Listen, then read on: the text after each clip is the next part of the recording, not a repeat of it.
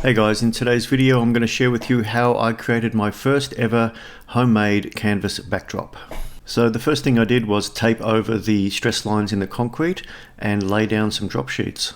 Then I ironed the heavy duty canvas which I bought from the hardware store. Then I laid down the base coat of the darker color paint. I did 2 coats in total. So I've just finished applying the first coat. This 1.5 by 3.6 meter canvas took exactly 2 litres of first coat, and that was a paint and primer mix from British Paints.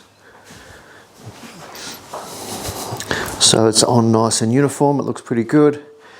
It's kind of hard to see exactly how the paint has gone down because of the lack of light in here, but it looks pretty good.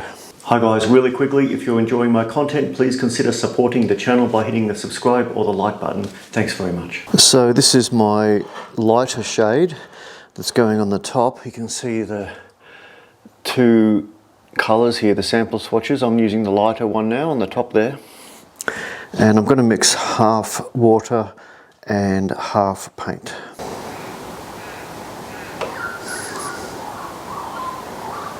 So what I haven't shown you in the video here guys is I actually went over the canvas one time with a masonry paint roller, which is like a fluffy roller, and that laid down those kind of patchwork patterns there. Then finally I used a stiff brush, just lightly dipped into the paint and just applied that lightly over the canvas to give a more of a mottled look. Okay, so that's all done. I'll let that dry now and we'll see how it looks in the morning. So it's the next morning and here is the dried canvas. I've got it hanging here in a full sweep. It's come up pretty well. There's not as much contrast between the light and the dark paint, and that's fine because under flash you actually get much more contrast, and I'll put the images up on screen. So I'm pretty happy with the way it worked out. I lost about 2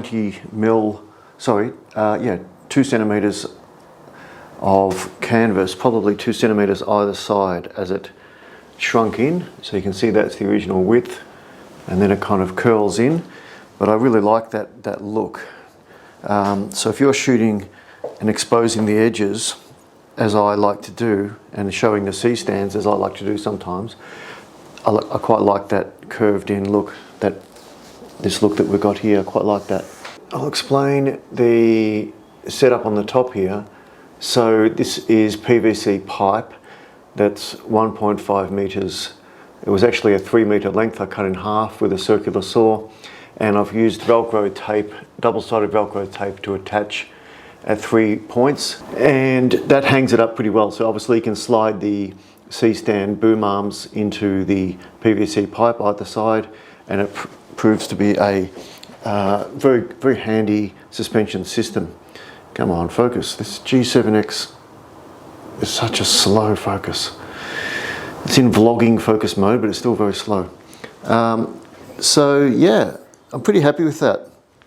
What I think I will do next time is purchase the 4.5 meter, I think it is, width, and cut it in half, and that'll create 2 backdrops of this kind of size, but it'll give me a little bit more width for my particular shooting situation here.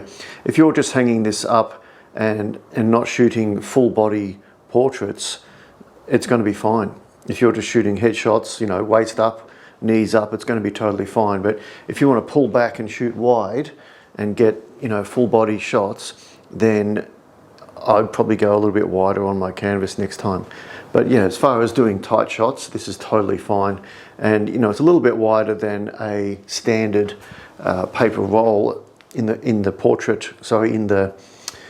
photography length, which is 1.3, I think it is 1.34, something like that, meters. So this is 1.5. It's a little bit wider than that. But yeah, it's come up really well. Pretty happy with the end result.